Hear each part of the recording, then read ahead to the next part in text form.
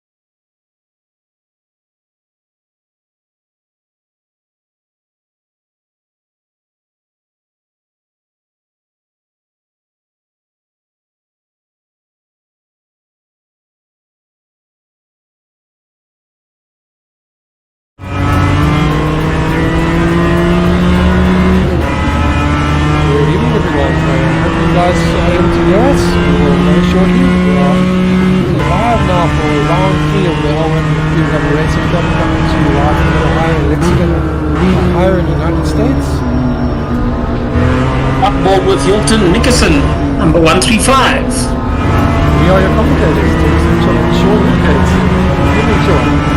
Good evening, Dennis. Nice to be back racing again after last weekend, but unluckily out of our control. certainly look forward to the circuit tonight. I think it's going to be quite hard on the drivers. They're going to have to work for 135 good position. They're probably going to be lulled into relaxing down the bit that makes up the turn from the exit of turn 2. There's a slight kink in turn 3 and then harden the brakes turn 4. That's probably the only long piece that they're going to be able to relax tonight. But probably, I think it's going to be also keeping in mind that if you're in traffic and being challenged, then the 90-degree right that makes turn 4 is more than likely also a good overtaking position. But more than that, turn 4, 5, 6, 7 and 8 changes direction every time. So you might be well positioned for the next corner, but badly positioned for 2 corners ahead. So you almost have to imagine the track coming up and where you need to be to defend when you exit turn 9, which is a 90-degree right, because thereafter turn 10 is a kink, which I don't think will bother too many people. Turn 11 is about 45 degrees to the left, and then the carousel turn 12 is a continuous right-hander. It goes round and round and round, and then you have another 45-degree left for turn 13 into the straight. So the bit that makes up all the S's, they call it the S's, but it's 1, 2, 3, 4, 5 corners in fact. If you're going to include turn 9, then it's 6 corners. That's a piece of the circuit that's opposite the start-finish line as far as the track physically lies. I'm not sure which is north, south, east, and west here, but that is if you were to go down the start-finish line and look to your right, you will see turn 6, 7 approximately as you cross the start line. And that sequence of corners, I think, will keep the drivers very busy. Perhaps if anyone comments could also just let us know how the volume is. We had a few sound issues, we had no sound. Now it seems like we have sound coming through on YouTube. But if you could just let us know, I have multiple things coming in. There's a problem with the sound devices, I think. So just please let us know how the sound levels are, and we'll see if we can rectify it during the field. Right, other than that, what we can do for you is let you know as they're going through qualifying at the moment. And they still have 8 minutes, just over 8 minutes to go. It's Chris Collison, that was the quickest, 131.079 at this stage. Jason Underwood, and both of them are Team Harder Racing. Chris Collison is number 22, Jason Underwood is number 1, and he carries that number for an obvious reason in that he won in the BTT racing that we had prior to this. Adrian Nel, Midnight Code, number 15. Hy is in die derde plek is André en Jandre de Tooi, nummer 737. Hy is in die PZN Racing Car en hy is in die 4de plek. Yeah, I can actually speak Afrikaans as well. Richard still here, PZN Panel Beaters number 101 is in 5th. If we look at the gap from 1st to 5th is just over half a second. So close racing at this stage. Let me see how far down I have to go before we exceed 1 second. Down to Timo Smith pops up into 8th position, and behind Timo is Brandon Robert in 9th, and that is covered by less than a second from Matej Zemko. And we had a nice chat with Matej 2 weeks ago. He now leads the pack with a 1 minute 30.962. That's 0.118 ahead of Chris Collison. So Matej jumps up ahead of Chris into pole position in qualifying for now, with 7 minutes to go. Top 10 is rounded out by Sean Olivier in the Team Jägermeister car, a new entry. I think he was racing last or 2 weeks ago, but not in his own skin, so tonight racing his own car, number 137. Brandon Robert is ahead of him in P9. The Top Tech IT Otaku Life, let me get that right, Otaku Life, number 412, Brandon Robert. So why I'm confused with that is because there's a mountain series in Namibia called the Omatakus, and that throws me out when I look at Otaku Life. But nonetheless, Top Tech IT is probably a lot easier. Timo Smith, as I said, is in P8. He had a good one of the races 2 weeks ago. He had a good race. One of them he didn't. So the last podium that we had the unusual situation that we had 2 different race winners, and neither of the race winners were actually on the combined results podium at the end of the evening. So Matej did very well. I think he got 2 third positions, if memory serves me correctly. So once again, showing all his stuff. He is from the Czech Republic, but 2 weeks ago was racing out of the Netherlands. So let's see big change up for P2. Timo Smit in the Minions racing number 84. Pushes quite a few people down. Chris Collison now down to 4th. Jean-Andre de Toey. Hy bevind homself tans in die 3de plek en hy's maar 0.1 van 'n sekonde agter die man in die 1ste posisie. So baie dinge wat hulle nog daarvoor kan beklei. Jason Underwood in 5th. Team Harder Racing. So Team Harder in its various formats, of course, only 2 entrants per team, but they bring the teams with different names and different competitors to make up 2 per team. Team Harder Racing, number 22, Chris Collison is now in the lead, and Team Harder Okuri, number 86, Matej Zenko, is now in second. So that P1 position is being fought for very, very hardly, and it's the Team Harder that has pushed Timo Smit now down to 3rd, Jean-Andre de Toey in 4th, Jason Underwood in 5th. Adrian Nel finds himself in 6th position, Richard Sillier in 7th, Jan-Drey Dippenaar is 8ste, Brandon Robert is in 9th, Sean Olivier, as dit die regte Olivier is, dan is dit hy in die 10de plek. Julian running the team High Revolution Racing car number 333, he's in 11th, and Hilton Nickerson, he's the Top Tech IT car number 135, is in 12th position at the moment. So interesting racing all round. Well, not racing, qualifying. I think part of the trick, a little bit of sideways slide there, certainly doing everything he can. Adrian Hall. No. I've got it. My glass is clean. There's Javi Close as well, I think, if I just look at the color scheme in the background. So nice to see Javi around as well. Traditional hay bales as markers for the brake marks. And the yellow flag appears and disappears in Sector 1. And certainly these cars are big and heavy. In the discussion we had on the podium last time, tyre wear wasn't a factor at all. So we'll have to wait and see whether it is going to be one this time. But if I look at the track, it changes direction quite a lot.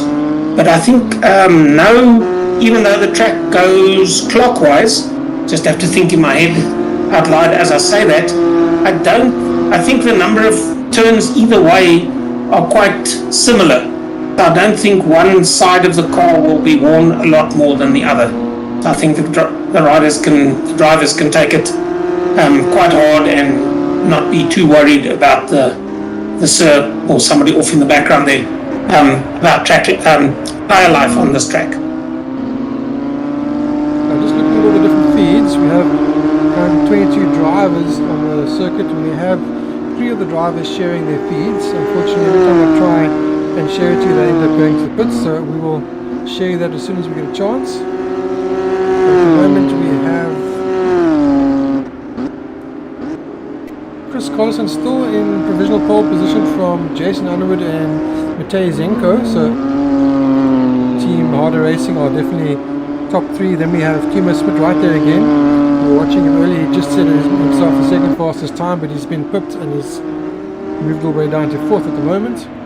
We're currently watching Jan-Drey Dippenaar. He's got a personal best in Sector 1. Let's see how he can come through. The second sector is probably the most difficult sector because of the corner he's just been through there. The way the track drops away from you to keep the rear end in shape is very difficult. So you tend to lose forward momentum, and he's just gone fastest overall through the middle sector. Let's see how he goes through the final corners onto the straight. And where does that place him? He moves up to 2nd place, so 130.863. Now Jan-Drey, a little bit of information, had been struggling coming into this round, but he's got himself some new pedals. He was having issues with his pedals. He bought new pedals, and that seems to have solved the issue. He didn't realize he had problems with his pedals, but he's now on pace. So hopefully Jan-Drey has a good meeting this time around. Yeah, and the gap to second is 0.054 of a second. And about the same gap again to Jason Underwood, who's in 3rd, 0.114 behind P1. So about equidistant from 1st to 2nd and 2nd to 3rd. And then a very small gap from 0.114 that Jason Underwood is behind P1 to Matej Zenko, who's in P4, he's 0.154. So that's 0.04 of a second that Matej is behind Jason. While we're watching Jason. He's just gone fastest overall through the first sector. I'm just going to come to YouTube, and the only comment we have is from Sam Wildred. So Sam, if you could perhaps just let us know how the stream is going.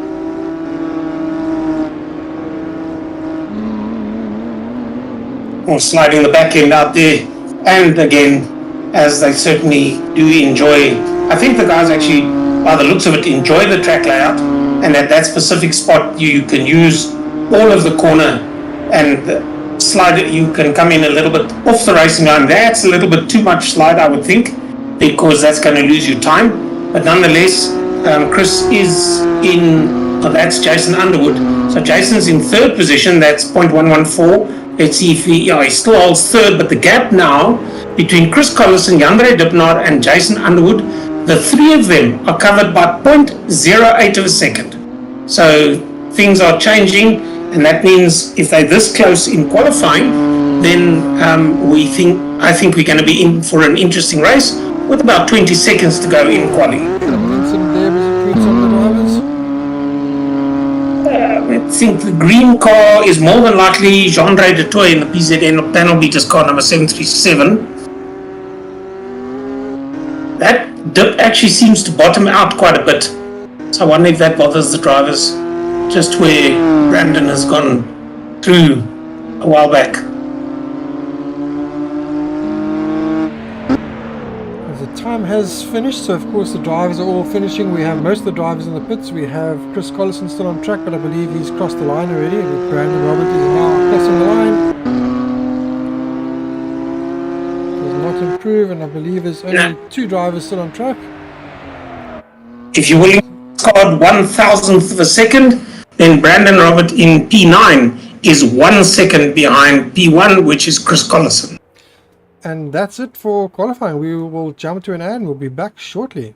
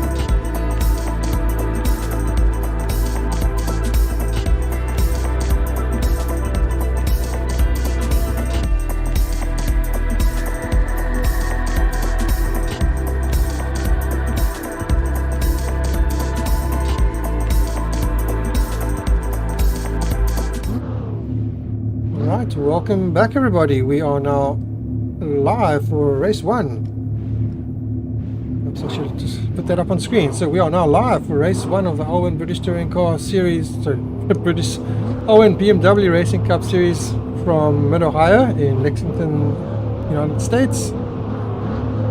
We have 25-minute race coming up. This, of course, is round 3 of our England Championship. That for yourself. We're just going to quickly go through everything. We'll have a quick look at our standings for those that would like to know. Jean Dutoy coming into this is leading this championship from Chris Collison and Jason Underwood. And our team standings: Team Harder Racing from PZN and Top Tech IT Automotive. And looking at our starting order. Get that up to you in a second. We're not clicking the right things here. Right, let's try that again. Our starting order for this race. With Chris Collison starting in pole position from Jason Underwood and Kay Zenko and Timo Smith. excuse me, it says Zandvoort on the top there. I'm not sure why that is. I've missed that. John Redetoy in 5th, Audra Nell in 6th, Richard Silius in 7th, and Brandon Roberts in 8th. Renee Toy in 9th, Sean Oliver in 10th, Julian Brains in 11th, and Hilton Nixon in 12th. In 13th, Anthony Wilson. 14th, it's Wesley. In 15th, Rian van der Westhuizen. In 16th, Andre Hildebrandt.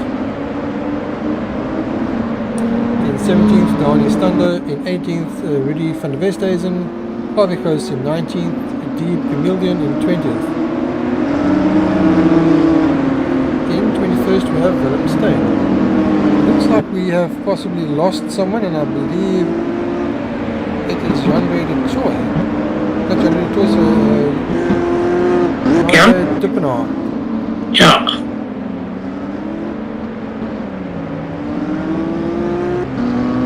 Right, so let's get some basic stuff here, so we are ready to go. Yandra is one of the PZN panel beaters cars, number 09, if that's the one that we're missing. Yes. He was up there, so he should be here, and I don't see him here. So I think he is disconnected. When the server changed over, he seems to have a problem that he gets disconnected, sorry, so it looks like an issue. There's someone hooting.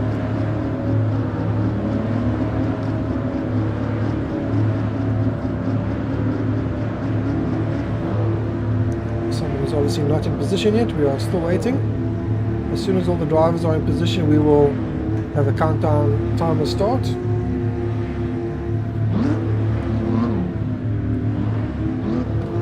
Right, so it looks like we have someone in position, not yet, no. I think on the display, if I'm not mistaken, Chris Collison's car was was in first and in third. So I'm not sure if that's a glitch on the software, but everybody appears to be back in the pits again. Yes, it looks like the server has just restarted. That is a bit of a shame. Not sure what just happened there. But alright, we now have another minute and a bit to go, so we'll try that again. So while we're waiting for everyone to head on track, I think it was an issue with Jean-Ray reconnecting. Perhaps the drivers have done a vote to restart.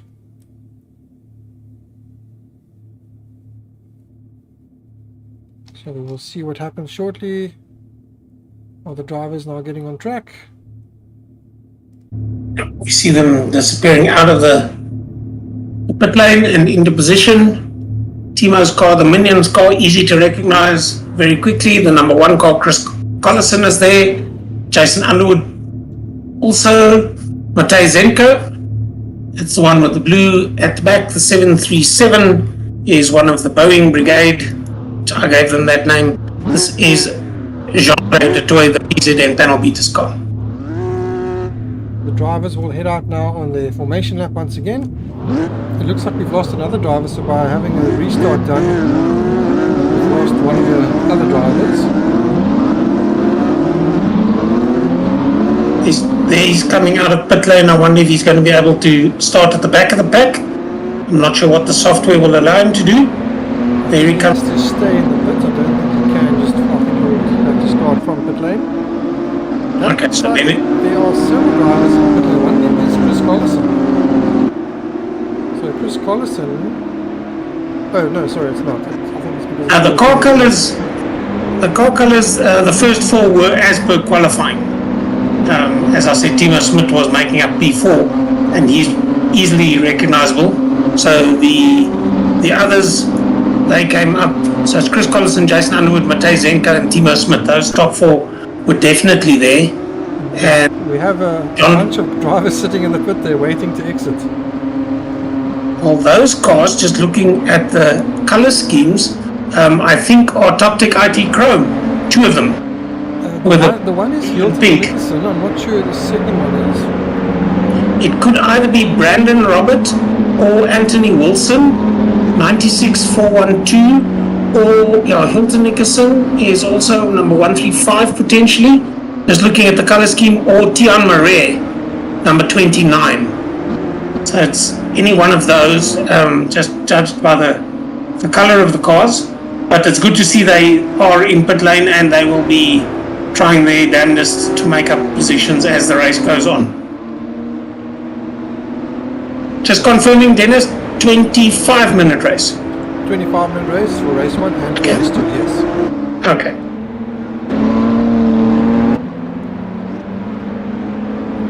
I'm also wondering, with the server not resetting, maybe someone decided to reset the server. The drivers can do a vote on that. If the drivers don't stay in formation, or they pass if the leader passes the safety car too soon, then the timer won't tick over. Possibly what happened was maybe Chris Collison or someone else passed the safety car before it pulled in, and then it gets itself in a loop. Alright, we are timing down now. Looks like a jump start the team already. That's going to be interesting. Yeah, to see how we go, what happens with the jump start, but it certainly looks as if the cars that were out in the quickest in qualifying, Jason Underwood and Chris Collison, they've made it in first and second position, and certainly a new car in third is that. Yeah, so had a great start because the Minions car, I think, has lost 2 positions at least. There's the 737, then the Minions car. So it's going to be interesting. Timo Smith down to 5th, and it is the 737 car, Jean-Ray Dutoy. It's quite nice and easy there. We got a nice in-car view looking back. I think that's from the race leader. Yes, Jason Underwood. Yes, that'll be Chris Collins. Chris loses it. I think Chris actually lost it all himself, or touched, and then lost the front end. Now, whether he's going to be getting back or not, that's going to be very interesting. But nonetheless, and that will mean that the race leader has a massive space between him and the second place car, who's sliding a little bit. So also giving a chance for the 737 car, Jean-Ray Dutoy. Adrian Nel is the man in second position, but he's got a big gap to catch up, and maybe he's going to do his best to do so. But they seem to have settled nicely into position now. There's Timo Smith, so he's in 4th position, still holding on, and just trying to see who's behind him. Is that some of the other Team Harder Racing competitors that are making it up? There's Timo Smith, Chris Collison. Yeah, he lost it. He looks as though he's recovered back into 5th position now, and we'll have to keep an eye on the lap times to see whether he's catching up to Timo Smith or just holding station for now. Looks like he's right there, so hopefully his car's not damaged after that little oopsie that happened earlier, and he should be able to recover. Sometimes you get a minor bit of damage and you struggle with pace afterwards, so it looks like he's challenging Timo, so fingers crossed everything is alright. I think it was just a touch which made him lose the front end of the car by the looks of it, unless it was the back that just spun round. But he's recovered remarkably well, and the Team Harder Racing number 22, Chris Collison, is fighting Timo, and Timo's sliding the back end out and recovering. You can see the change. But this circuit, as I said before, this portion consists of a sequence of corners. So you've actually got to position your car 1 or 2 corners ahead to make sure you retain position. And I think also Chris Collison is one of those guys that will bide his time.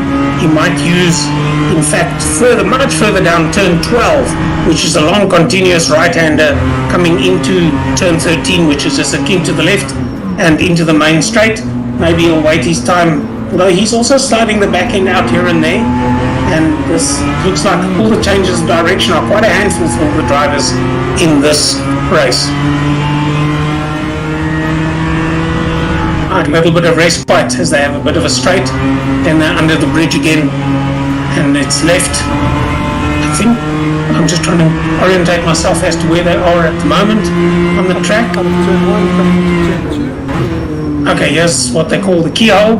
So, Timo Smith drifts wide, but then manages to grab the racing line, but he's about half a car width off the perfect racing line, but he does manage to take it away from number 22, Chris Collison, who's trying his damnedest to get past him.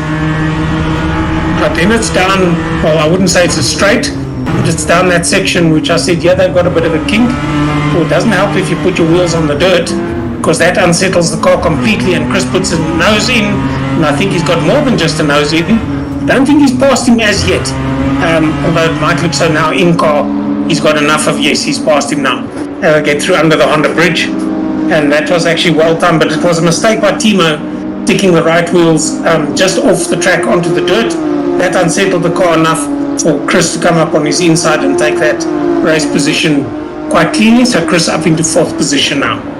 Alwin just at the fastest first and second sector. Well, sorry, fastest lap of the 31.1.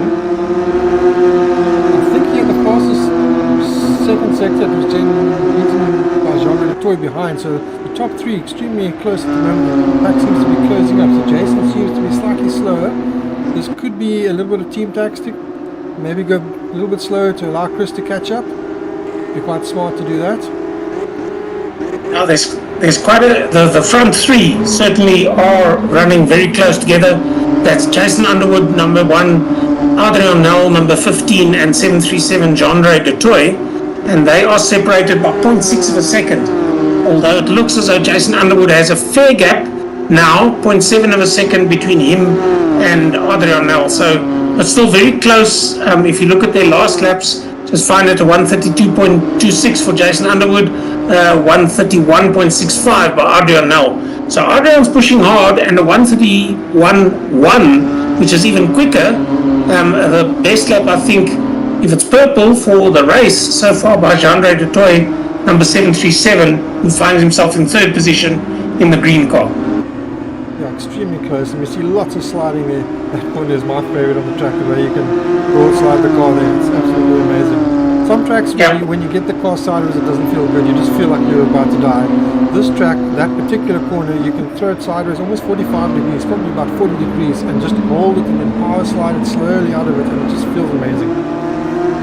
As I said earlier in chatting to the guys in the previous podium, tyre life doesn't in this category seem to be so much of a concern. We'll have that discussion again at the end of the evening, but if they do so much power sliding, maybe they do put a bit of wear, but they had so much left the last race that I can't see, unless they've changed the software or something, that the guys are going to be too worried about it tonight either. Specifically because the car changes direction so many times that you're actually not wearing out one side's tires only. You're getting sort of evenly distributed wear across all 4 tires, which makes for nice hard racing all the way through. We've got some nice battles going throughout the field. So at the moment here we have Rudy van der Veestes and Hilton Nixon and Wesley Balloon right behind. Nice close battle here. 0.2 of a second between Hilton and Rudy. And they all the way down in 10th, 11th and 12th positions. So fighting it out, even though they're not on the podium, it's a nice battle.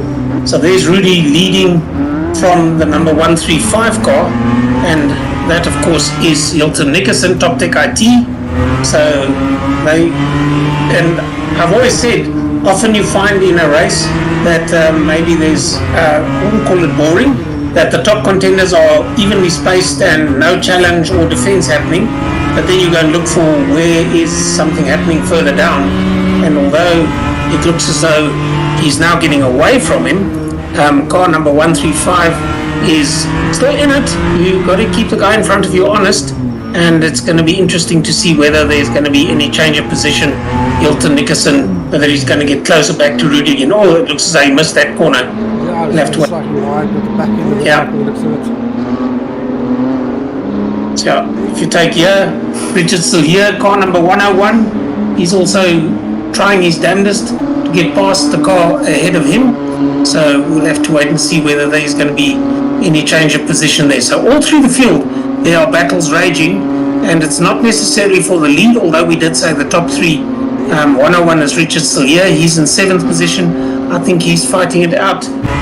Is that with Brandon Robert. So Brandon Robert is car number 412. And if we have a good quick peek at the colors, then 412 is actually the Top Tech IT car. So And number 333 is Julian Brains in the High Revolution racing car.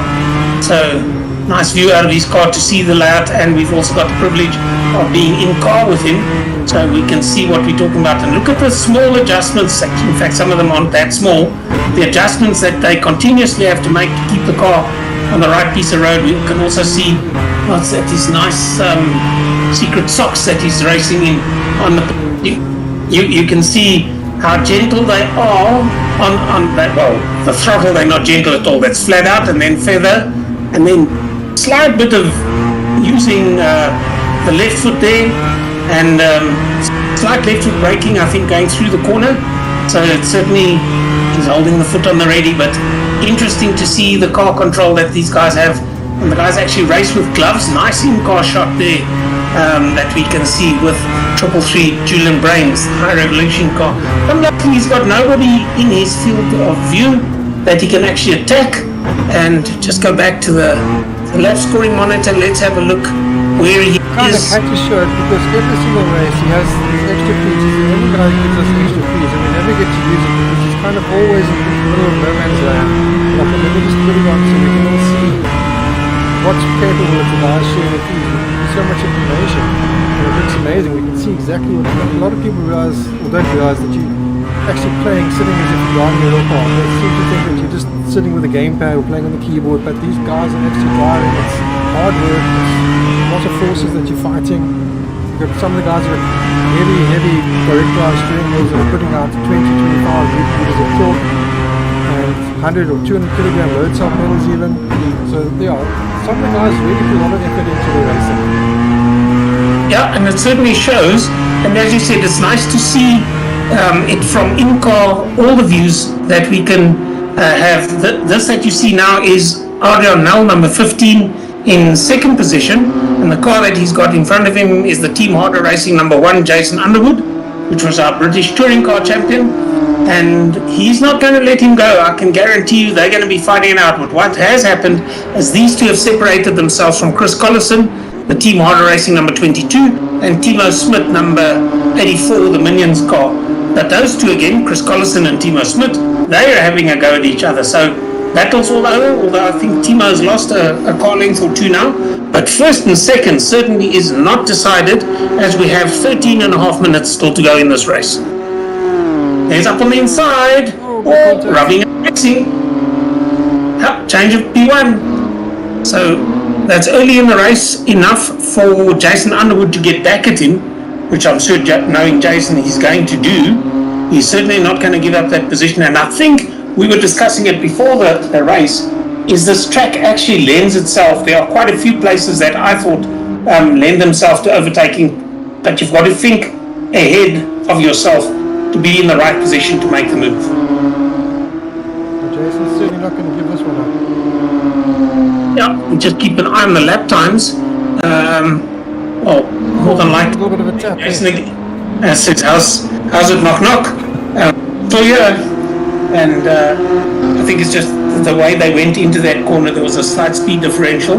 So yeah, they go down. Is this the main straight? Right, then it's the right hand at 90 degrees approximately. There's no breathing room because you've got to set up for the hairpin, which is known as the keyhole, I think it is. Yes, it is. So they're coming up to that now. It's a 180 degree to the right. They go on through it, slide the back end out. That's going to scrub off some speed for the race leader because his back end of his car stepped out a little bit. This is that turn 3 that I think I said is not going to bother the drivers much. As I said, it's not much of, I think they'll go through that flat out. Then the next corner, turn 4, is about a 70-80 degree to the right again. But then it's a more than 90 degree left is the next corner. And here's they go through sequences of corners 90 degrees or less, which they call the S's, but I would say it's a double or a triple set of S's because they just go on left, right, left again. This one's not so bad. That's turn 7. Then it's right. It'll be turn 8. That one's also not so bad. You've got to stick to the tar though. Turn 9 is going to be the one that's going to be, I wouldn't say bothersome, but the one that you have to pay attention because that's a 90 degree bend. So I think that's turn 8 they've just gone through now. There's a left again. So they're actually quite a long distance separate. Difficult to judge off the map. Here's the turn 9 now. which is Thunder Valley as they call it. I'm just going to jump to another action-packed triple over here, because these guys are really close at the moment. They've just come really close together, so I had to just quickly jump. So sorry about that. Not a problem. I think it's actually, let me get my map out. Is that either team? No, that'll be Rudy van der Westhuizen, I should imagine. Yes, Rudy, Hilton and Wesley. Yeah. So Rudy's in the number 518 car, PZM Truckers, and trying his utmost, and Wesley in the number 422 car is also going very well. That's the High Revolution roadside assistance car that we've been watching, and these three they are now very, very close. If you go back to the lap scoring monitor, it's fine Wesley, and Wesley is in P10, Hilton is in P9, and Rudy is in P8. So they are fighting each other, and the gap between them, there's 7+ seconds behind Julian, so they don't worry about Julian at all. But then it's half a second, 0.2 of a second, and just over a second to Rudy. So they're setting themselves out. Here's the Jack Daniels car, number 69. This is right behind him. He's closing in with them fighting each other. So this is the battle that's going to... Well, Rian will enjoy that because they're keeping each other busy, and he can then just concentrate on his own race. Although I think he missed the apex 2 corners ago, he can concentrate to catch up to them. And then if there's 4 cars in the back, that might change it all again for Rudy van der Westhuizen, because then there are 3 cars behind him fighting each other out, and maybe he can get away from them.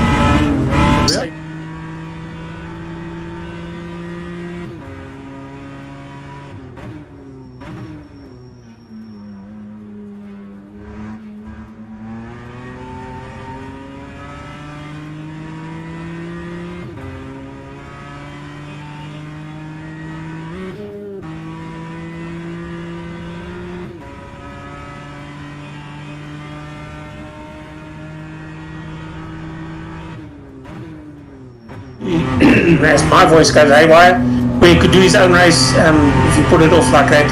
It's only a portion of a second, but it's a big piece of road that opens up between you and the competitor ahead of you. Looks like we have Timo Smit pretty close as well behind Chris Collison, so a nice close battle brewing over here for final podium spot.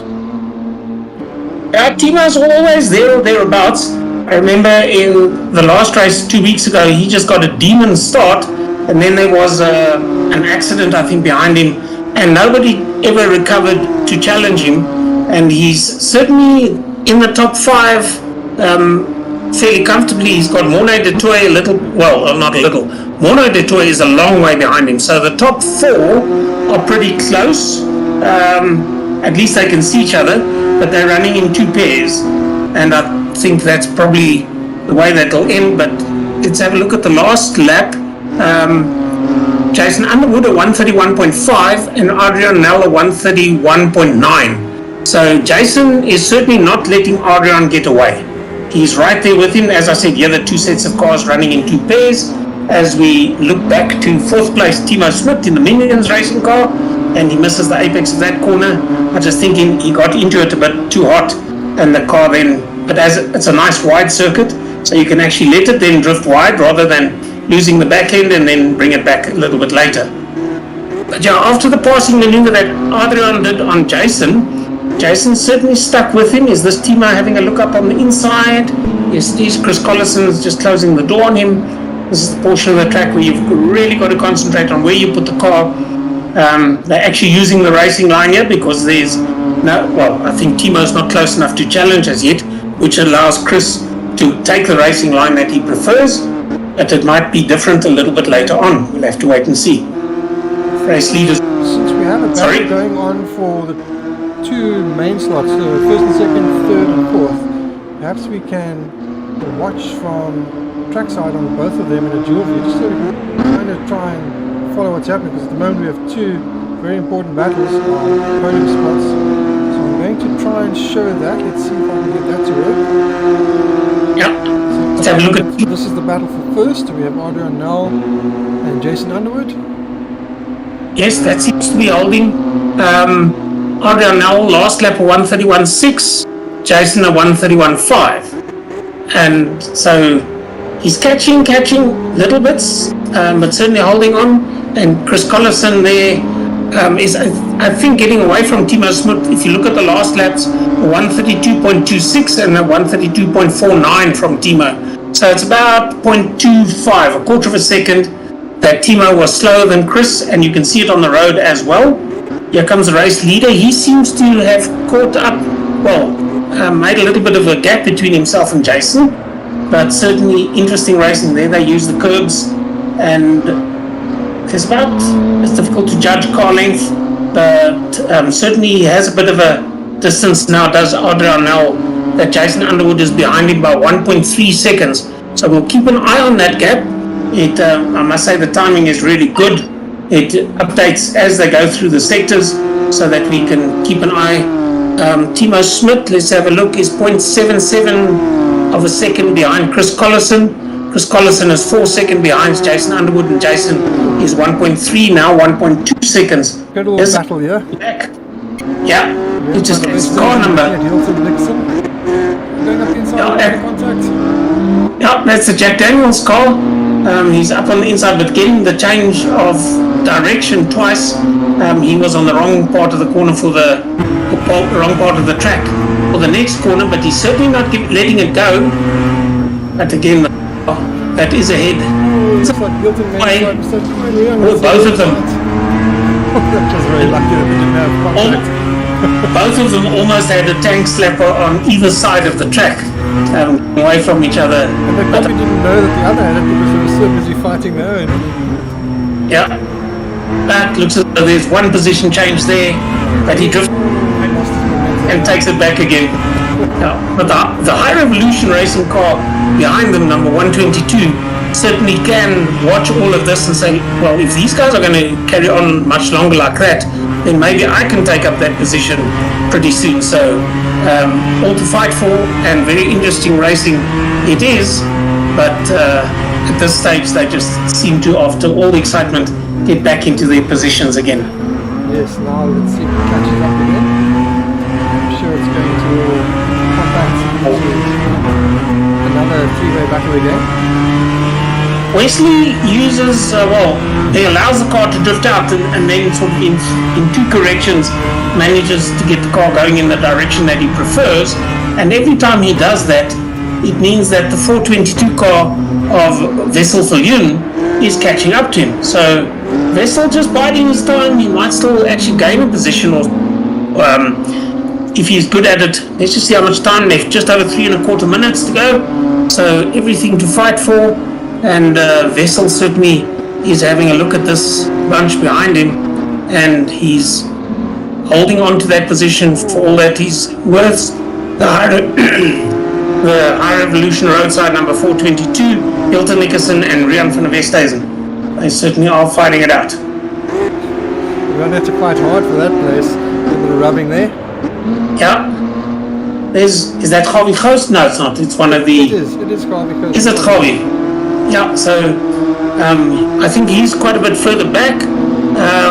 He's holding 14th position, and certainly has a long gap between himself and Nadeeb, and I think he's at the back of the field. The DNFs are Brandon Robert Danistander, Jean-Ray Dutoy, Sean Olivier, Anthony Wilson, and Matej Zenko. Now, Matej was there and thereabouts on the start. Not sure what happened to him. But there goes the Jack Daniels car past Gawie. Gawie holds on, or the Jack Daniels car decides to go and see what the trackside looks like on the grass, and luckily doesn't hit anything hard, but certainly he's going to drop positions now, and Gawie's going to be very happy that although he's a lap down, he didn't do anything wrong, and it was an error by the guy passing him all on his lonesome. So Gawie in 14th position, and certainly still fighting it out. Race leaders coming through the corners here, and there's now about 2 car lengths, maybe 3, because you've got to consider the car itself that's in second position, so it's even maybe further back. Let's just look at the lap times. Adrian Nel, the last lap, a 131.9, let's call it that, and Jason Underwood a 131.7. So Jason fractionally quicker, but still he finds himself behind. So here comes the number 412 car. I think it's Brandon Robert coming past Gawie. and I think that's to lap Harvey. He's 1 lap down, but Harvey's still in it. So, still getting used to sim racing.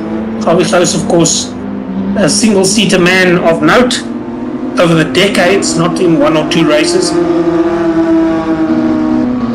But yeah, close battles going on, yeah, all throughout the field. It's getting hard to actually keep up with it. less than a minute. I'm just, what part of the track do the race leaders find themselves on at the moment? Let's have a look at that. Transition to Jason's view. Yeah, Jason's view is pretty much second still, but it's now only about 2 car lengths, and it changes with every corner, depending. Some corners, there he actually is less than a car length, and I think he was put hot into the corner, allowed it to drift wide, and gives up all that distance again. So they are, is this the straight? Straight across the finish line, so this will be the final last lap. Yeah, with 20 seconds or just under to go. So we're on the final lap with Adrian now leading Jason Underwood by 0.6 of a second. Certainly a little bit of a rubbing pass, but not excessively so. Adrian makes a mistake and Jason right up with him again. So let's see how that's going to pan out, because you make mistakes like this, and it's the last lap. If Jason is right there with him, then Jason can bounce. At this stage, just a little bit too far back, but looks as though he's very good is Jason on the brakes. Then again, good on the brakes, hot into the corner, has to drift it out a little bit, but also Adrian by, let's say, half a meter, maybe missing the apexes. There he touches the curves very nicely, uses all of the corner. You don't want the car actually bouncing and actually getting the wheels airborne, because that reduces the grip. But certainly you want to get it right onto the curbs and use all of the corner that's available to you. At this stage, still half a second, Jason Underwood behind Adrian now for the lead on the last lap. Oh, mistake by Adrian. Manages to recover it back in onto the curbing again, but certainly had a wheel off in the dirt. Manages to get his first victory in his first race with us in this series. Wow. At the start, yeah. And but Jason will be back in race 2, as he always is. So he doesn't have that gold number 1 on the bonnet for nothing, and it's going to be interesting to see where they've done. So we know it's Adrian from Jason. Chris Collison finished 3rd. Timo Smit in 4th position, as we're waiting for the rest of them to come through. There's Timo now. Wait for Mornay de Toy. Yeah, I don't think there's going to be too much of a shake-up just looking at the gaps. Mornay de Toy goes across in 5th position. Richard still here in 6th. Team High Revolution Racing, Julian will be next, number 333, as he goes across. Rudy's PZN Trucking, number 518, we wait for as we go round with him. There he comes round that corner, and then the right-hander into the front straight, and Rudy finishes his race. Rian van der Westhuizen salvaging the 10th place after his spin. Yeah, so Rian in the Alwin Racing, number 69. And that's race 1, done and dusted. I think our final guy to cross the line is a deep, so that will be that, and we will then jump to an ad break and be back shortly with race 2. Well, I say shortly, it'll probably take a while for us to set the grid, but we will be back and see you for race 2 shortly. Yep. If I can get to the right buttons to go to the ads. Alright, we'll see you shortly.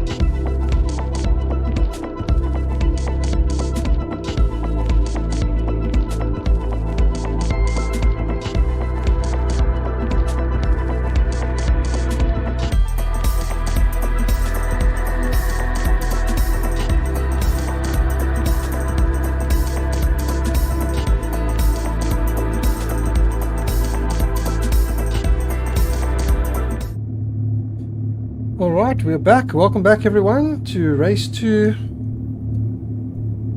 Let me get this up and running so that I can talk myself through it properly.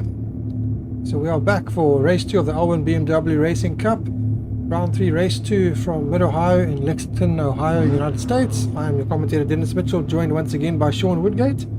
Good evening, everybody. And just to run us through the schedule for the season, so this is round 3 from Mid-Ohio. Our next round will be in the Nürburgring Grand Prix circuit. Then we'll have Kyle Army Grand Prix circuit, and then we'll have Imola, Road Atlanta, and finally Donington Park. Our championship standings. Jean de Toy is currently leading the championship coming into this round from Chris Collison, Jason Underwood, Brandon Robert, Willem Steyn, Richard Cilliers, Monet de Toy, Timo Smith, Julian Brains, and Peter Murray would be our top 10. And for our team standings, Team Harder Racing from New Zealand and top 10 IT and Top Life.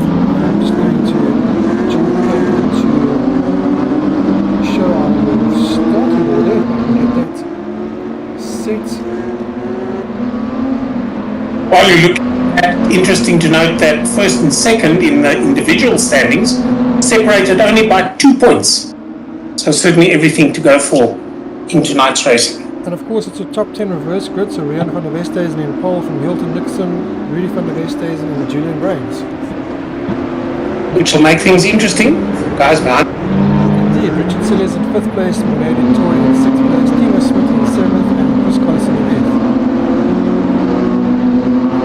In 9th place, Jason Underwood. In 10th place, it's race 1 winner, Adrian Null. In 11th place, Andre Hildebrandt and Wesley Fillion in 12th place. His name's always thrown me off.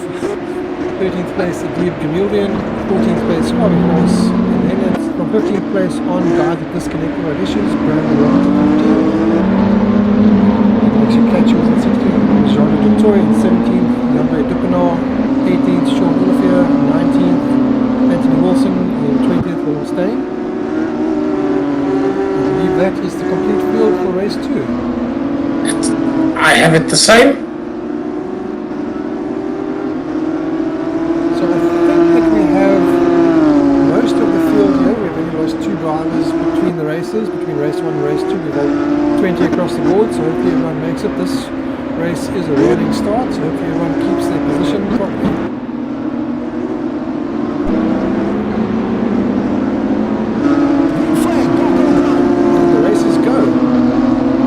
And it's going to be 25 minutes of action. Let's see. Oh, nice start there from the front by Rian van der Westhuizen. I think he caught the guys behind him, Hilton Nickerson and Rudy, a bit napping. So let's see if they're going to catch up to him. But certainly a great start that he did have. It looks like some of the guys didn't realize it was a rolling start. Now he's cruising around. And I see one of the Detroit's has got a penalty as a result. I'm not sure which one. So we'll see that. But there was some big gaps there, which is usually the case in a rolling start. They're usually punched out. A little bit of too much curbing used there by 518 Rudy van der Westhuizen. And I think that'll lose him a little bit of position. Car number 333 holding on very nicely to that position. Julian. That's Julian Brains, as I was talking about him, number 333 in the High Revolution car, in those secret socks and on the pedals, as you see. They're not so gentle on the throttle. That's all the way down to the bottom as they go through that kink, and nothing near the brakes as we wait and see. All fighting the car ahead of him is number 518. That's Rudy van der Westhuizen, and that means that Julian is right onto him. Can he carry the momentum into the corner? He's actually got to take evasive action, I think, there. But nice to see how hard they work at the steering wheel and at the pedals to actually make all of this work. But interesting stuff.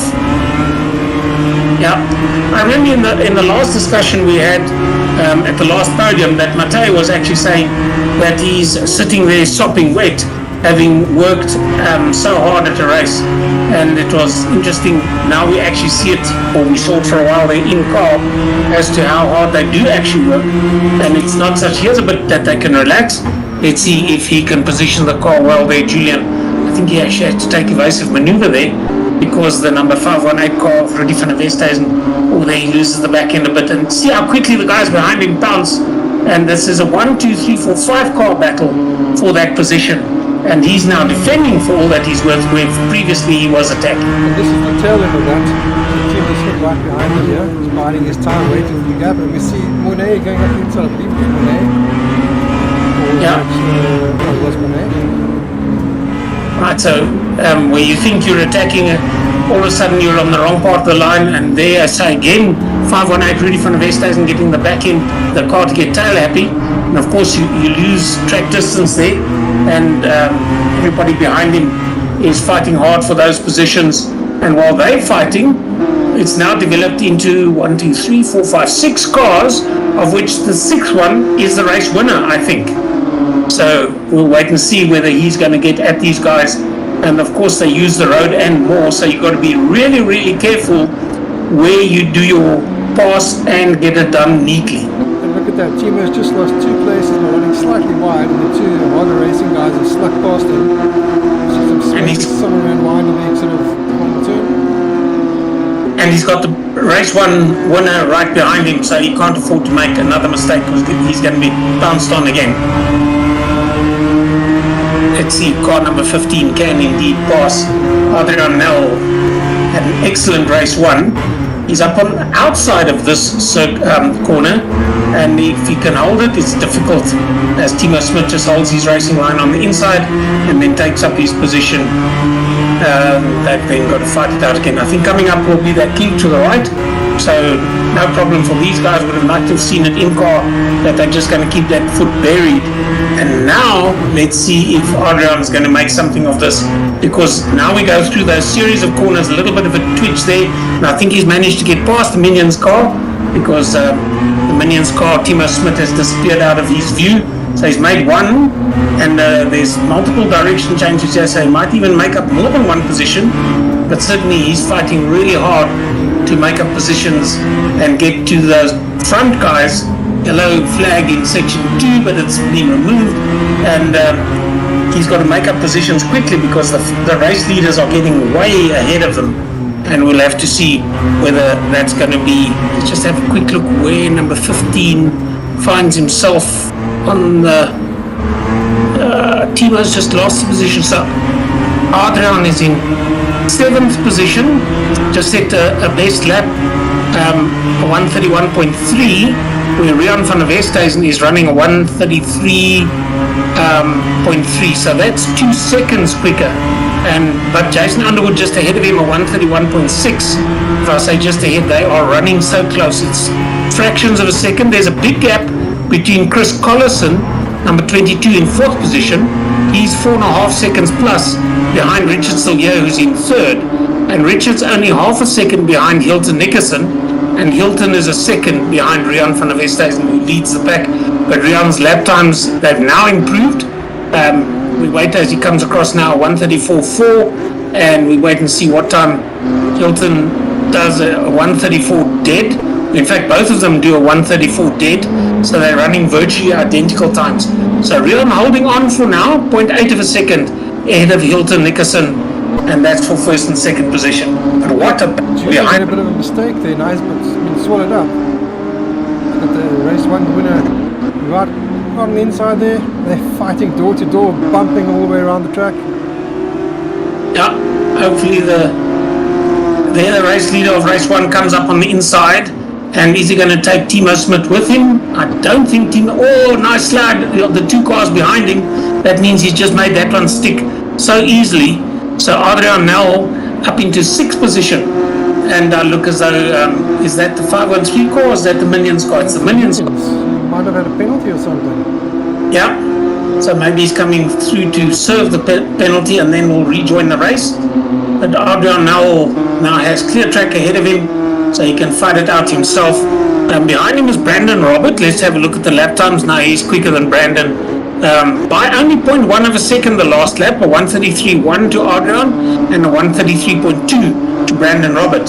So maybe just moving away from Brandon, although Brandon is keeping in honest. Behind Brandon is Julian in the number 333 car that we did give a mention earlier on, and Julian's still fighting it out. Those 3 are pretty close together. And here's another close battle between Anthony Wilson, but right in front of Anthony we have Rudy and Timo Smith. So Rudy was also up at the front earlier and he got up think a slight tap from Jason and ended up going slightly wide or off track. And Timo haven't gone through the pits. And they've all joined up at the back here in 12th, 13th and 14th place. Right, so Anthony Wilson in the Top Tech IT Gold team, he's in the back end of, well, they seem to have separated in two pairs. We had that in the first race as well, in the top four, but this is further down the pack.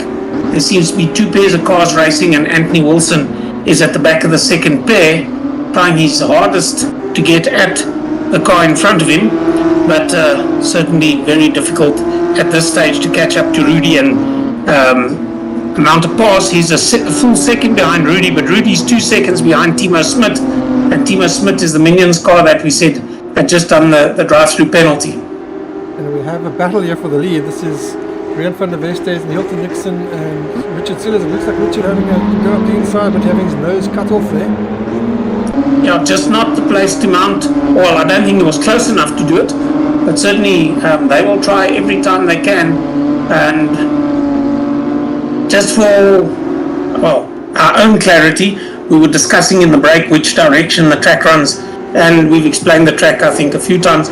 The start line runs from east to west, and then the rest of the track, just to give a quick, to say from the keyhole, which is that hairpin turn 2, they then head due north, and after turn 4, they basically change direction northeast again, before coming south again all the way before they join the start-finish line running from east to west. For those of you that are compass orientated, it just gives us an idea of how the circuit layout is as well. But certainly nice battles going on throughout this race. As we just want to have a quick glance at the lap scoring monitor to give you the gaps. The close one is Richard still here, number 101 on Hilton Nickerson, number 135. Richard in third, Hilton in fourth. We glance further down, 0.2 of a second behind them is Chris Collison in the Team Harder racing car. So second, third and fourth are very, very close together. And we go further down just to see where the tight battles are. It's between Julian, number 333, High Revolution Racing. He's a short distance behind the Minions car of Timo Smit, and Timo Smit is only 0.4 of a second behind the PZN Racing car number 777 of Mornay de Toy.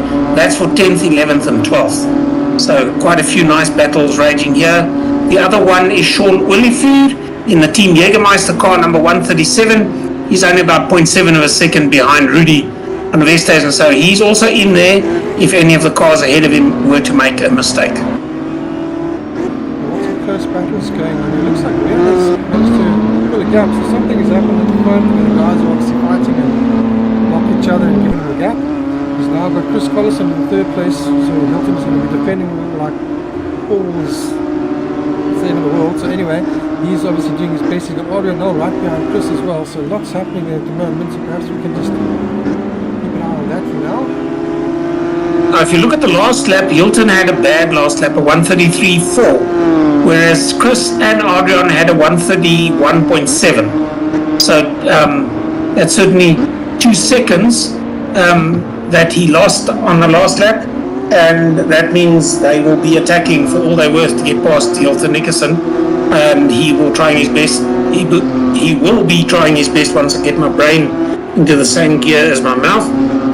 He will be trying his best not to make that mistake again. Another driver to keep an eye on is Andre Dupino, who's made his way through the field quite nicely. Obviously had an issue in race 1 with the disconnect as it changed over to race. So starting at the back of the field now, he's really up to 8th place. Done a 1:31.9 in the previous lap, so fairly good time. Sorry, 1:32 on the previous lap. But closing in on Jason Underwood, who did a 1:40 on the previous lap, so something happened with Jason. I think perhaps with the pack being so close, he ended up losing out slightly. So we still have Rian van der Westhuizen leading the pack, with Chris Collison now in second, so he I'm sure will be closing in on Rian real shortly. Right, here's that nice battle as they run through it, and they'll be fighting it all the way. Certainly just try and get a number there. That's Chris Collison, so that's number 2. That's second, third, fourth and fifth. That's right past us now, and the race leader is not too far away. So Chris Collison is only 0.6, 0.7 of a second behind Rian van der Westhuizen.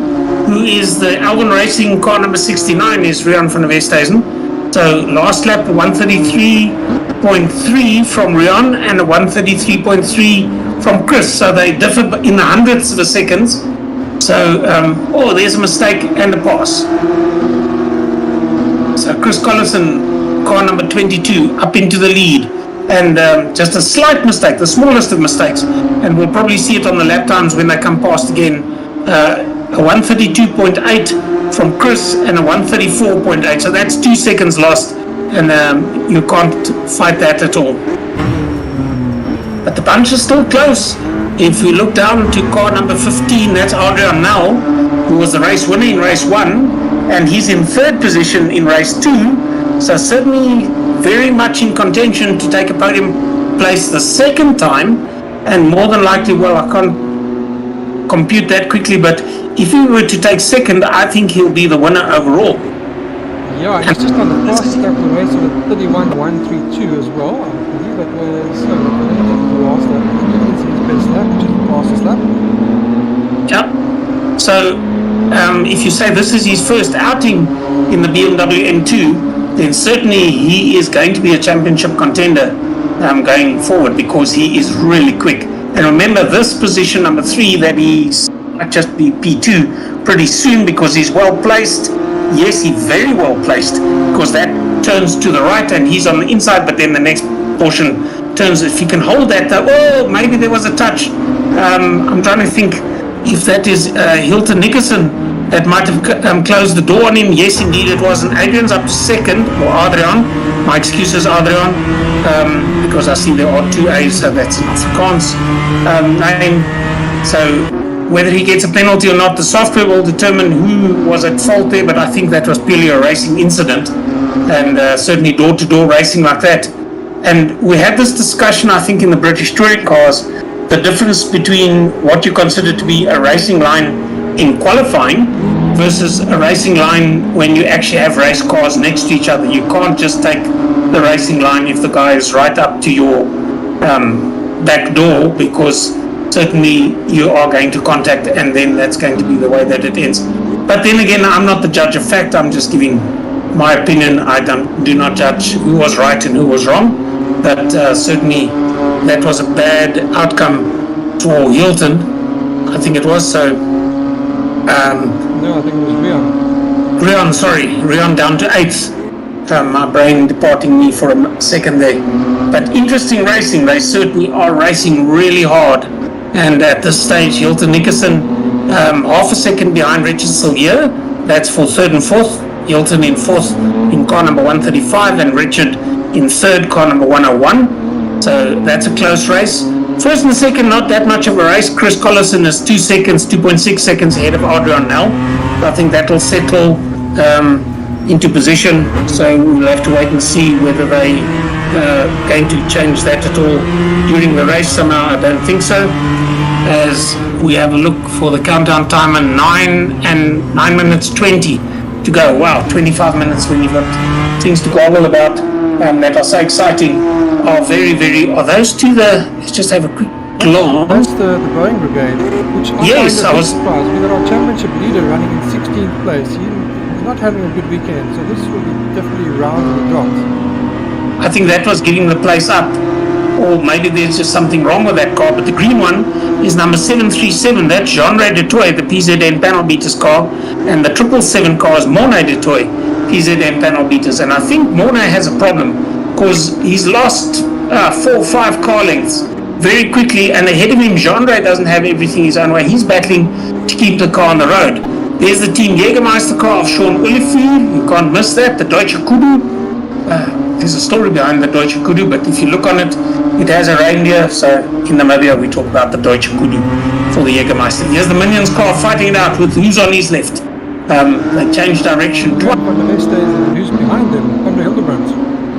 Yep, so that must be a nice battle. That's 8th, 9th and 10th, and certainly they are fighting. If you look at the car stepping out, so Andre Hildebrand, there's the Minions car, ahead of them, makes a mistake, so Timo Smit goes past Rian van der Westhuizen, so does Andre Hildebrand. So Timo now in 8th, Andre in 9th, and Rian van der Westhuizen in 10th. It changes in the blink of an eye, and we just have to have a quick again, 8 minutes to go. So Jason Underwood making his way forward as well, challenging now for 5th place with Brandon Robert in 5th place. yeah, the last lap a 132.2 from Jason and Brandon a 132.2 as well. So with only 0.2 separating them, this is also one of those positions where if you were making a mistake or the guy slipstreams like he might be doing here and he gets his car on the right portion of the track, but unluckily this time the corner turns to the right and he was on the outside, so then he just has to take up station behind him again. But there's so many chances on this track. We were saying in the break, I was saying to Dennis that I think this track must be really nice to ride because you do get opportunities to pass because of the complexity of the corners, and there are enough corners where you actually can position the car if you think 2 corners ahead, that if you're fast enough just to get up on the inside, you might be on the wrong side of the corner, but if you can hold the outside for maybe 2 corners, then it changes completely again and you can take the position. So certainly everything to race for as they hold position for now. Right, that car number 1, certainly, as we said before, Jason Underwood has everything to race for. He's in P6, Brandon Robert ahead of him. The Top Tech Otaku Life car, number 412 of Brandon Robert in 5th position. So if you look, 4th and 3rd, not too far ahead of them either. So everything to race for still. If you can see the car ahead of you, then you certainly have motivation. Here they're heading in a westerly direction now across the start-finish line, and then they turn to 90 degrees to the left before they then, this is then going due south as it were. They pass a portion of the track which I think they might use in club racing, or that might be the old chicane layout. Yes, that's the old chicane layout. Now they go through the hairpin and it goes on, and eventually now they're heading in a due northerly direction. So nice view out of the car in front, looking at the car behind, and from the car behind looking at the car in front. So stunning here. And the car number 1 is certainly running very well, is Jason Underwood, and he's up on the inside, but the track turns to the right, so he's got the outside, but he's got, if he can hold it, he's got the inside for the next one. As I said before, and well done he does there, is Jason. Yeah, and that move, as I said, was planned 3 corners back. He knew what he was going to do and where he was going to do it. He just had to make sure that he held the outside line to be on the inside for the next corner, which he did beautifully. And also well done to the car behind him, because Brandon Robert gave him just enough space so that he actually could then hold the road, and there was no rubbing. It was all clean and a good piece of racing by both of the competitors. 5 minutes to go in what has, in my mind, been certainly an exciting race so far. Let's see what happens in the lead. Adrian Nel is now only less than 3/4 of a second behind Chris Collison. Last laps were 1:33 from Chris Collison and 1:32.1 from Adrian Nel. So Chris Collison might be under threat from Adrian Nel pretty soon. Look at this lot trying to get past Javi Goos, and Javi, being the gentleman of note with years and years of experience, just sticks on the outside of the circuit and allows the guys to come past unhindered, because he knows he's being lapped and he doesn't want to be an influence on their race. So well done, Javi. Nice showmanship, or well, not showmanship, sportsmanship from Javi there, and allowing the guys to get past. What's happening in the front? 0.6 of a second, Adrian Nel chasing Chris Collison. His best lap was 1:31.1. Chris Collison's best lap was 1:3. So Collison holding on. This is for 1 and 2. Adrian a little bit wiggly coming out of that corner. I think he's pushing it and then some. So 2 wheels on the grass or on the dirt there from Chris, I think. But I don't think enough to matter. But certainly I think it's a much different race if you have the guy behind you. Certainly you can't see his headlights, he's that close. And there are still 3 minutes 20 seconds to go as they cross the finishing line now. So this is the finish line, then it's a straight bit until they get to the hairpin again. Now I think the hairpin, you pretty much, if you're in a situation like this, let's see if he's going to actually take the racing line. He goes wide, he does take the racing line, which is very generous. but I think Adrian just that far back that he actually couldn't mount a challenge. Then it's the hairpin that goes on, but they've gone through that. Then it's the kink, which they take flat out, and then it's the sequence of corners that are I think a right-left combination, quite a few of them. And here comes Adrian. Let's see if he's going to make anything in this sequence of corners. It's going to be very interesting whether Chris Collison can hold his nerve and hold P1 with 2.5 minutes to go.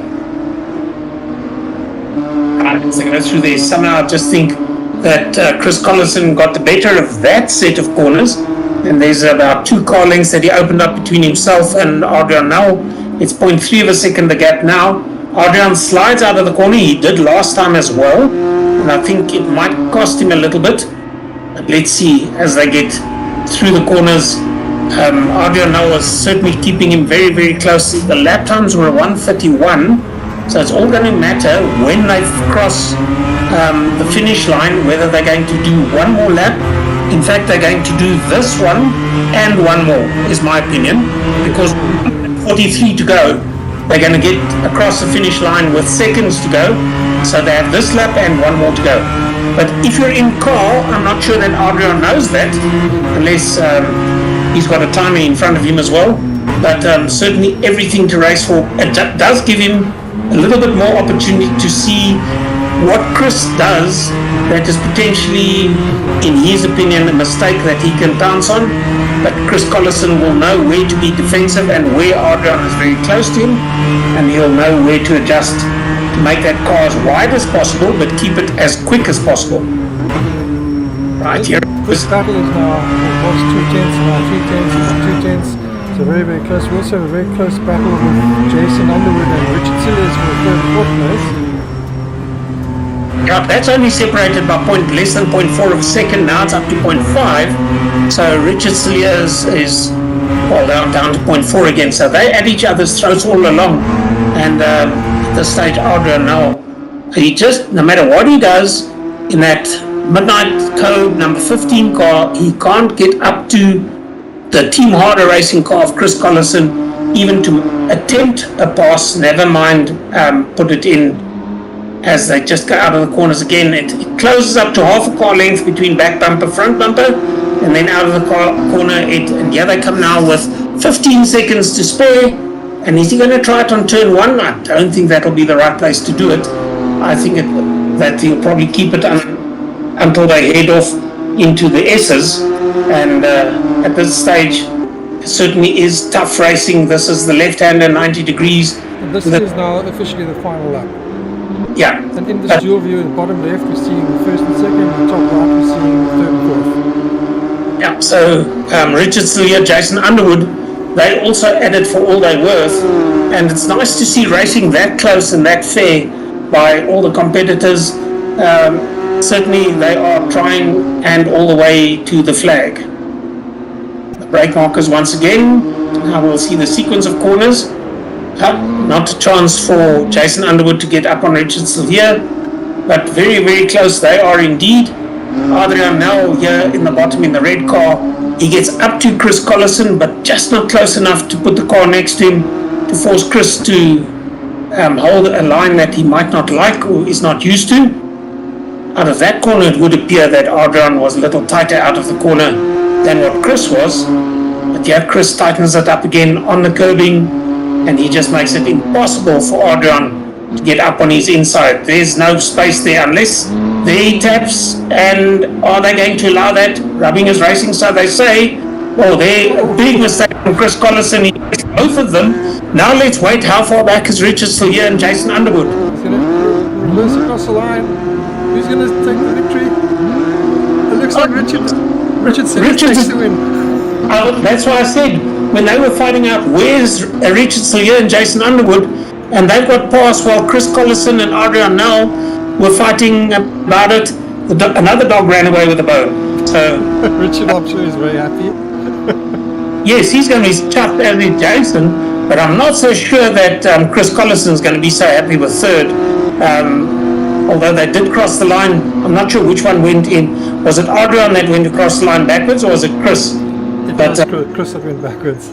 Yeah, as long as your transponder crosses the line, I see he's also stuck right there after the start-finish line. The rest of the field have come through. Hilton Nickerson held on to 5th, Andre Dippenaar in 6th, Brandon Robert in 7th, Timo Smit in the Minions car in 8th, Anthony Wilson in 9th, Sean Olivier in 10th, Jean-Ray de Toy 11th position, Rian van der Westhuizen in 12th, Julian in the Team High Revolution number 333 in 13th, Rudy was in 14th position, Mornay de Toy in 15th, and Wesley in 16th position.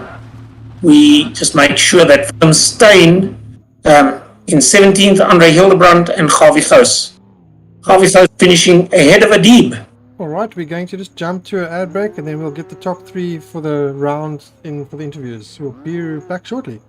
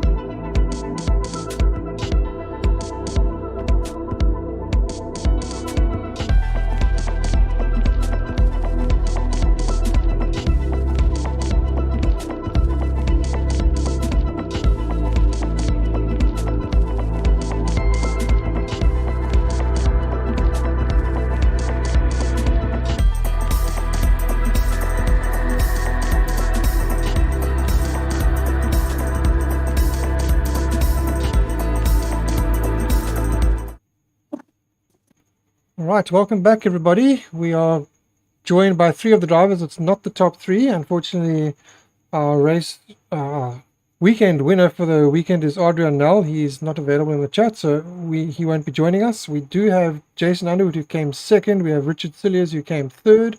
And we have Hilton Nickerson, who came sixth. Chris Collison, who came fourth, and Timo Smith, who came fifth, also not available at the moment. So we have three drivers joining us for our interviews. So let's jump to the interviews. I don't know, Sean, do you want to start the interviews? So we were actually having a nice chat, which I think the guys are sorely prepped for the type of questions and what we're going to ask them. Jason, we'll start with you. I think a good result under the circumstances, but certainly from what the race was running, not one that you expected, specifically the end of the second race. That was a bit controversial. Yeah, so starting race one, that was also, I had about a 2 second plus gap over Adrian, and then got held up behind the back marker and then obviously lost that off. And then there was an incident with Adrian and I going into the hairpin, which was, it was just, I suppose, racing. And then race two, I got caught up in the incident again and had to fight my way up, and then I was settling for fourth behind Richard Cilliers.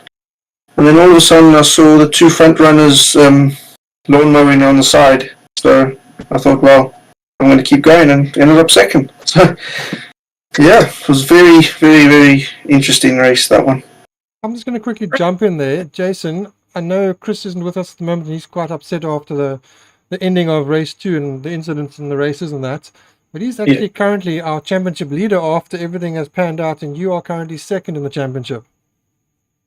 That's great news, great news. If Chris is listening, congrats, well done. I know it's not the way you'd want it, but, sometimes you just take what you get, and at the end, everyone has the incidents, and that's sometimes part of racing, even though some of the incidents aren't right. But, at the moment, it's panning out that Chris is our championship leader.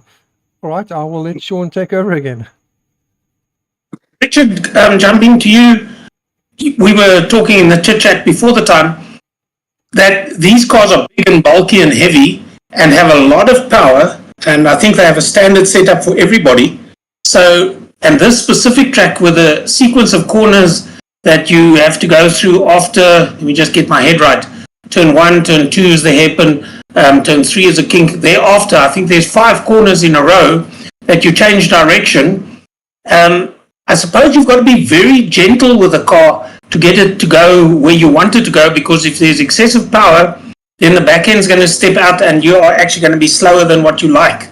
How did you find the car going through that? Well, they call it the S's, but I think there's multiple sets of S's going through all those corners. Yes, Sean, thanks.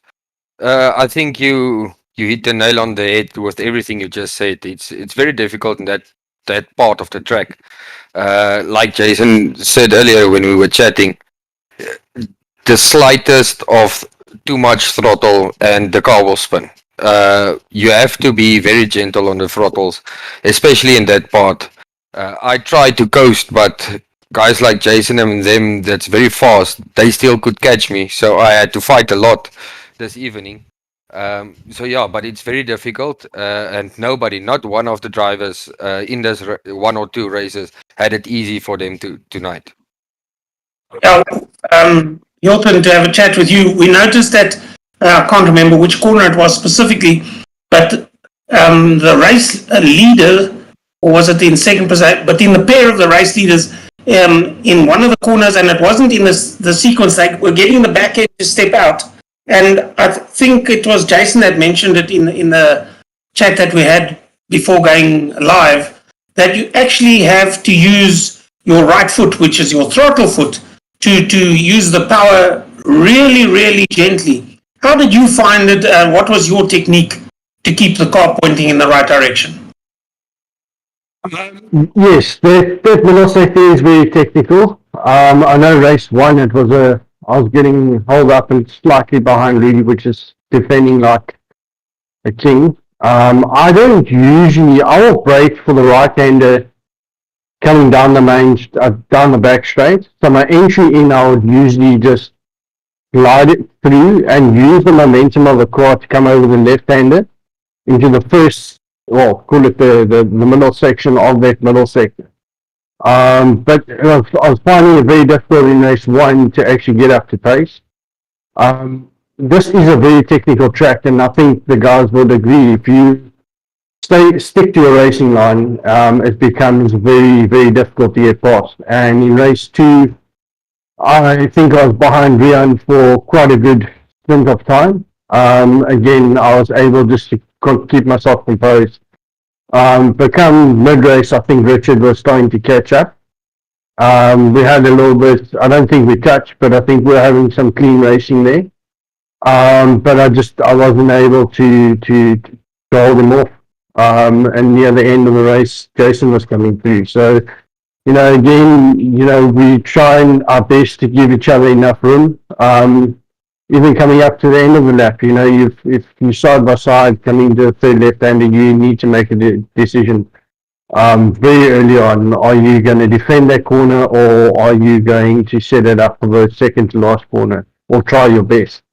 So yes, it is a very difficult track, and it was a very exciting. It was my first experience really starting from the front, from P2. I knew that Richard and Jason and Chris were all going to come through the pack. It was just a matter of time. Last race meeting, staying with you, Hilton, just last race meeting, the guy said tyre wear wasn't a problem at all. Would you say it was, you have an indicator, I assume. This race meeting, tyre wear, if you didn't nurse, not nurse, but if you didn't drive properly, was tyre wear a factor this time round? Yes, I did find that the tyre wear for me, because obviously with the fighting all the way up from almost the beginning of the race with Richard, with Rian, by the time Richard had caught on to me, I think I was starting to suffer a bit, even with traction control. And then by the time Jason came up, my tyres were gone. I was battling to keep the exit speeds up, and getting the car to actually turn in without braking to the middle sector, which was slowing me down quite a bit. Yeah. Back to you, Jason, just in closing from me. A nice wide circuit. We did notice, I think it's on turn, now I've got to get my head straight again. I think the first of the corners that runs into the S's, that if the guys got it wrong, they could actually just let the car drift wide and come back for the next corner. And the track was actually wide enough to allow them to do that. So, and also most of the time, we saw that the guys, when challenged, if you sort of up to the B pillar, mostly nice racing from everybody. Did you experience it like that as well? Yeah, I honestly think that, on every track, there's always enough space for two cars. It's just whether both drivers are patient enough, or, whether they are willing to give that space. There were some incidents where I don't think they were, and some incidents the guys were giving more than enough space. But it's just not everybody's the same driver. So I suppose you got to take the rough with the smooth sometimes. But yeah, I mean, we can all learn from the quicker guys, or not even some. That's probably even wrong to say that. You can learn from guys that there is enough space around corners. I mean, Yilton and Brandon defended me like an absolute Trojan. We were side by side around 3 different corners, never touched once. So it can be done. It's just some people might not want to do it that way. But all in all, we all came out unscathed. Well, some of us anyway. But yeah, it was fun. Technical track, Nürburgring next. That's nice, fast and flowing. Plenty of places to overtake. So yeah, looking forward to that. Thanks, Jason. Over back to you, Dennis. All right, I guess then we can start rounding it up. So perhaps we can just do final shout outs from the drivers, and let's do it in the opposite order this time since you just spoke with Jason. So, Hilton, do you want to give a shout out and have any final words? Yes, I'd just like to say thank you to you, Dennis, and to Sean for doing the commentary. I'd also like to shout out to the guys that were watching my stream. Thanks for the support. Justin, Sonia, and I forget who all was in there. But thanks again for the support. It was much appreciated. And then finally, just a shout out to the team. The guys put in a lot of effort, a lot of practice, and there was just good, clean racing. A little bit unfortunate hiccups here and there, some technical difficulties, but it happens. And hopefully we'll be back strong for the next round. And I'd just like to say thank you to Jason. It was a great race, and congratulations to Richard and both Jason for this race weekend. Thank you. And then, Richard, any final words and shout outs from your side? Just I want to say thanks to the team first of all for all the commitment we put in. It wasn't always easy. It was a tough track, but thanks guys. Congratulations to Adrian that couldn't made it tonight here now. Jason, on your second place, well done. Congratulations there as well. Hilton, thanks for the nice race. It was nice. We'll keep it like that. And yeah, then just everybody that watched the stream, thanks. Without you guys, and Sean, Dennis, thanks for the stream. Thanks for the commentary. Without you guys, this wouldn't have been possible. Always a pleasure. Yeah, thanks to you guys for joining us. Without you guys, it wouldn't be possible either. And then, Jason, final shout out from you and anything else you'd like to say? Yeah, well, first of all, obviously the formalities. Dennis, Sean, thank you very much. You guys make it interesting for all the viewers, and especially for me when I go and rewatch the race now. Well done to Adrian, Chris, Richard, Hilton, Timo, all the guys that gave us good races up front. And obviously, Team Harder, thank you for all the supporters out there. And Nürburgring, we will see you next week. Thank you. Brilliant. Thanks, guys. And I'm going to say good night to you guys and kick you out. And then Sean and I can do our final goodbyes. So let me just get rid of you guys. Thank you very much for joining us. Oh. So then, Sean, next round is the Nürburgring. We will be doing... It's the Grand Prix layout, but the final chicane, we're using the old chicane. They're classified as the no chicane, but it's basically the faster version, whereas they tightened it up for the Formula 1 cars a few years back. So we're going to use the version that's slightly faster. It makes a much more exciting final sector. And it also makes the final corner more relevant. Okay, I'll go and look for it. How familiar are you with the Nürburgring? I'll find it and then look at it, and then I'll watch a few laps in a few cars on YouTube and familiarize myself with it.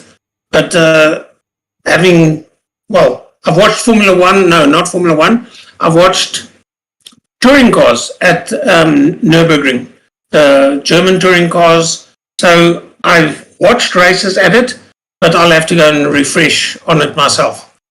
Okay, I think it's a fantastic track, and it works perfectly with these cars. It's just one of those perfect combos. I don't know if it's because German car, German track, or the car was tested quite a lot by real-world drivers when they were developing the car for rFactor at the Nürburgring Grand Prix track. But I think it's a fantastic track to drive these cars on. So we will see how the guys do there next week, but I think it's going to be one of the nicest tracks. It's certainly a good-looking track in the game as well. So I think it's going to be a good round. And looking forward to it. So I guess we'll just leave it there, and then we will catch everyone next week. Thank you again, Sean, for joining, and thank you also to Alwin Automotive Glass. We get excited in the races. I forget to always thank them, but without Alwin Automotive Glass, we wouldn't be here.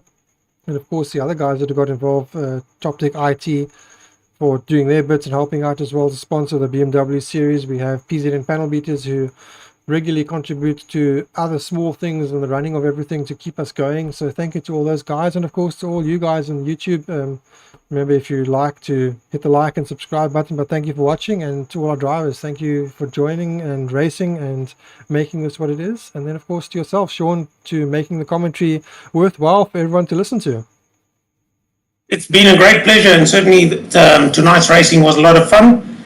And commentary, being so close and competitive makes commentary actually quite easy.